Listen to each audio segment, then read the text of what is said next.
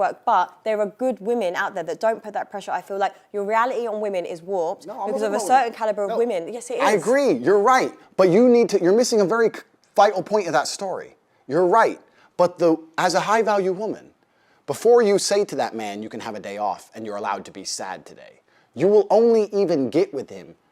Let me change that. You will only even acknowledge he exists if he's ignored how he feels 99% of the time before that. Because if he was sad most of the time before that, he never would have got to a place where he could attract a woman like you. The man who works in Starbucks, who's sad all the time, you won't reply to him. Neither will any other female. So for women to come along and pretend they give a fuck about the fact that most men are basically invisible.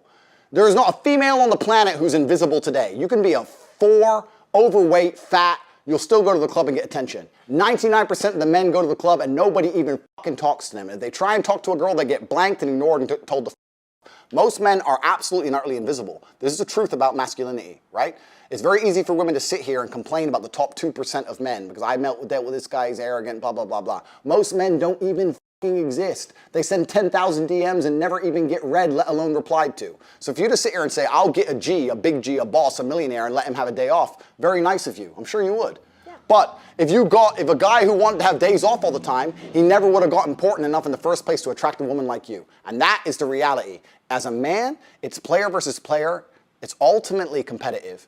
And as a man, you have to outcompete the other men who are prepared to get up and do it anyway. That's how it works. There's no such thing as saying, I'm sad, I need 2 weeks off. Not as a man if you want to be important. Maybe as a chick, you can always put more foundation on and be hot again. Great. Not as a man. If you want to be important as a man, you have shit to do. You have duties. This is how it exists. This is how it's always been.